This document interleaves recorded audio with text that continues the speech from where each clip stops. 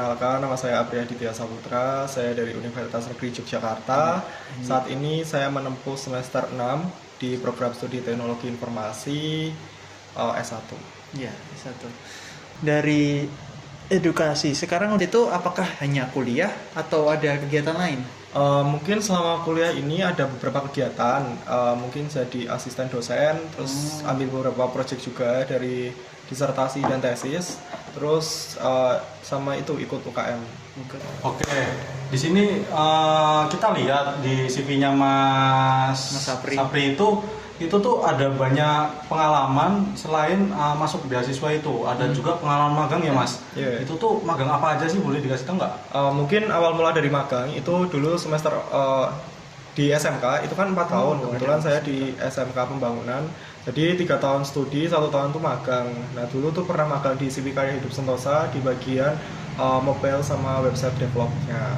Nah terus kalau untuk di UNY sendiri atau di universitas atau di Tara Mahasiswa itu kemarin sempat nyambi juga jadi asisten lab, asisten dosen, terus kemarin juga ikut beberapa proyek dari penelitian dosen, terus ikut MSIP Batch 5. Jadi di MSIP Batch 5 dari Kementerian Pendidikan dan Kebudayaan Indonesia.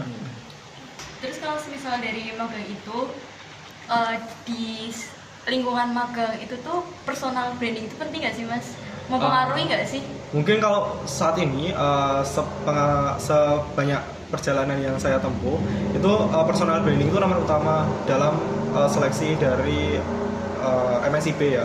Karena dari sekian ribu kan saat ini kalau nggak salah sekitar 33.000 mahasiswa yang diambilkan cuma beberapa. Nah itu pasti yang diseleksi dari awal tuh pasti screening dari CV-nya, terus screening dari portofolionya, screening dari sosial media. Jadi personal branding tuh menurutku sangat penting karena ketika HR itu screening nggak akan melihat skillmu dulu karena skill tuh bisa dipelajari, tapi kalau personal branding itu kan butuh proses yang lama. Mungkin itu sih.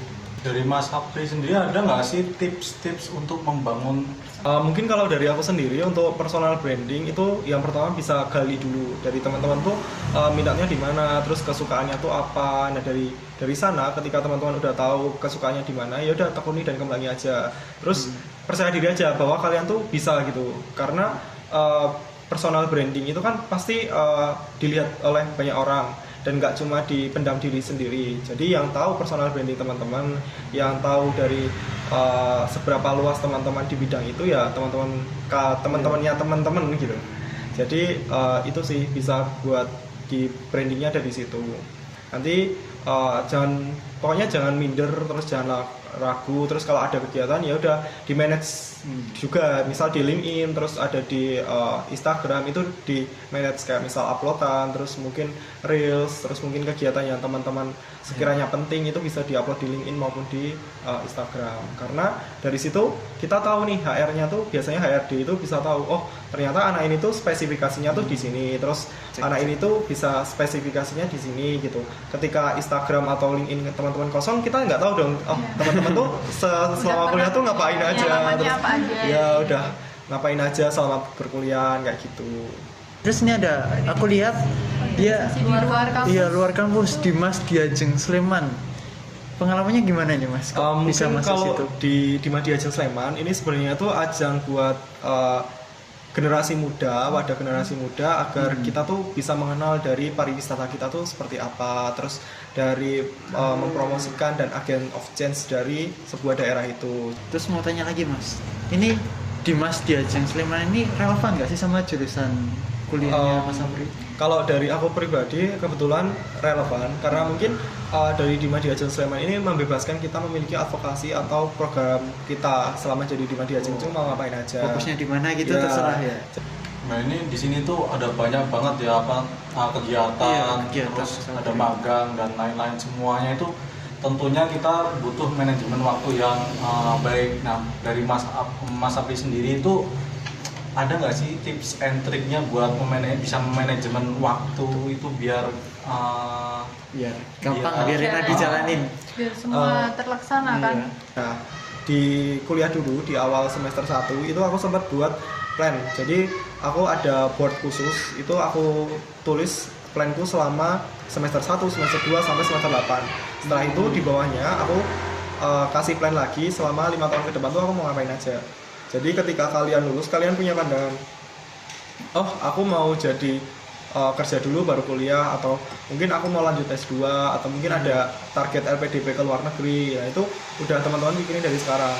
Nah, terus di semester 1, terus di semester 2 itu ada target sendiri-sendiri. Jadi semester 2 aku tuh pengen aku ada relasi ke dosen. Jadi aku harus gimana caranya biar aku tuh bisa masuk ke dosen. Karena itu nanti bisa ngarahin aku buat dia mempengaruhi kelancaran perkuliahan, terus project-project, terus masih banyak lagi kayak gitu.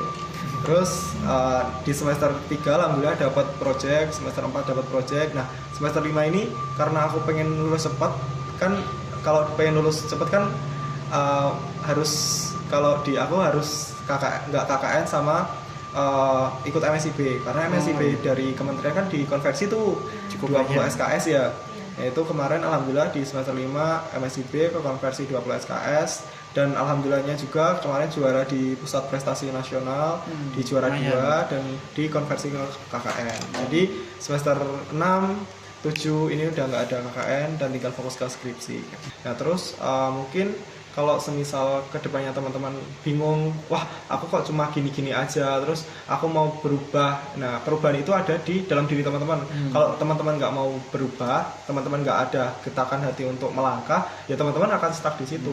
Tapi ketika teman-teman udah ada udah ada getakan, wah aku harus berubah, itu ayo lakuin aja, jangan ditunda-tunda, karena biasanya orang-orang yang menunda itu kayak itu malah jadi keterusan gitu. Ketika kalian udah ada niat, ya udah lakuin aja gitu, terabas, terus cari referensi buat wah aku tuh kurangnya di mana, aku harus mempertajam itu. Karena menurut aku di dunia ini orang-orang yang memiliki skill tapi dia diam itu kita nggak akan tahu, oh ternyata dia tuh sejago itu gitu. Tapi ketika teman-teman mungkin memiliki skill yang mencukupi dan punya bisa menyampaikan atau memiliki personal branding yang baik dalam public speaking, itu pasti lebih dilirik oleh HRD dari perusahaan. Karena kita ibaratnya gini, teman-teman punya temen nih jago banget, tapi dia jago cuma dirinya sendiri. Sedangkan teman-teman juga misal punya temen yang yaudah dia pas-pasan, tapi dia bisa menyampaikan. Otomatis kan teman-teman tahu yang bisa menyampaikan itu gitu. Kayak itu. Terus kan udah bisa dibilang Mas Apri ini kan siswa sama mahasiswa yang cukup berprestasi ya. Nah itu apa yang dirasain setelah kayak manfaat yang didapat gitu?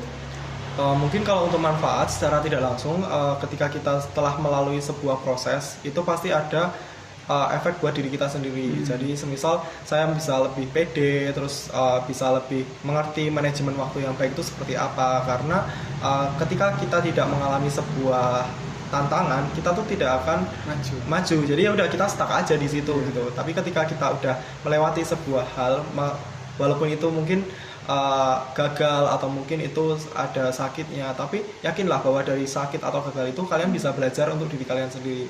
Kalian melakukan itu, aku yakin buat diri kalian sendiri, karena yaitu teman-teman kedepannya 10 atau 20 tahun ke depan kan kita nggak tahu kita mau jadi wirausaha atau dosen, atau mungkin teman-teman jadi abdi negara, itu kan kita nggak tahu tuh. Ya udah dari proses untuk menjadi itu pasti ada beberapa proses yang harus dilalui sebelum menjadi menjadi sebuah cita-cita yang diinginkan gitu. Itu. Untuk prinsip hidup Mas Apri sendiri itu gimana? Itu aku ada motivasi buat diri aku sendiri. Jadi ada hadapi, jalani dan nikmati. Hadapi selagi bisa, jalani selagi mampu, karena hidup itu cuma sekali. Jadi ayo kita hidup yang berarti. Kan pasti ada ya Mas yang memotivasi dalam hidup sehari-hari. Itu siapa aja sih, bisa tolong? Kalau untuk motivator dari hidup saya, contoh yang pertama pasti orang tua ya, karena kita lahir dari beliau, kita tumbuh dengan didikan beliau. Terus yang kedua sahabat terdekat. Jujur kalau semisal tidak ada sahabat itu mungkin aku nggak bisa kayak gini, karena di masa-masa fase terendah kadang kita juga sukar kan mau cerita sama orang tua, terus mau cerita ke adik atau mungkin saudara kandung tuh biasanya ada yang suka. Iya, Nah iya. itu aku salah satunya itu. Jadi aku suka untuk berbagi cerita ke adikku. Ya udah aku gitu. Prosesku ya prosesku gitu. Jangan aku membebani adikku dengan keluh kesah dari prosesku. Jadi biasanya aku curhat ke temanku dan temanku tuh biasanya ngasih motivasi. Dan yang aku ingat itu temanku pasti bilang gini, kowe iki hidup, kowe iki urip nggo ngopo sih pri ngono. Kowe iki urip koyo apa, aja rekoso-rekoso lah gitu. Itu kalau bahasa Indonesia kamu tuh hidup mau apa sih pri gitu. Jangan terlalu memaksakan hidupmu, ya udah nikmati aja gitu. Ya, mungkin cukup sekian Mas Apri untuk pertemuan kita sore hari ini. Terima Terima kasih. kasih waktunya. Uh,